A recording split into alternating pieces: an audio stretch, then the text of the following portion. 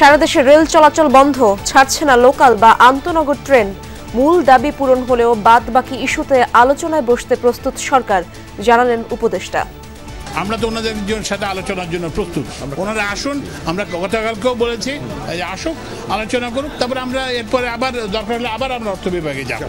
আমরা একটা মিনিটের জন্য কর্মবিরতিতে যেতে চাই নাই, আমাদেরকে অর্থ মন্ত্রণালয় এই কর্মবিরতিতে বাধ্য করছে। আটকে পড়া ট্রেন যাত্রীদের গন্তব্যে পৌঁছাতে বিকল্প হিসেবে বিআরটিসির বাস চালু। দুর্ভোগ হলেও সন্তুষ্ট যাত্রীরা।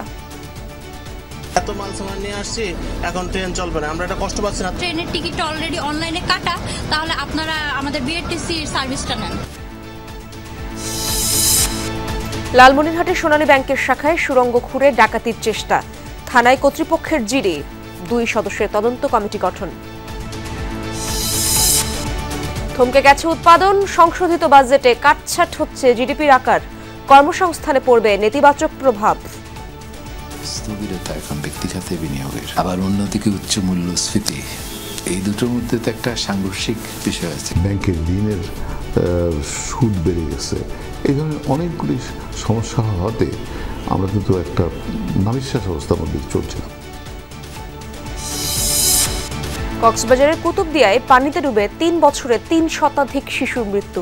সাঁতার শেখা এবং পুকুরে সুরক্ষা বেষ্টনী তৈরির সুপারিশ।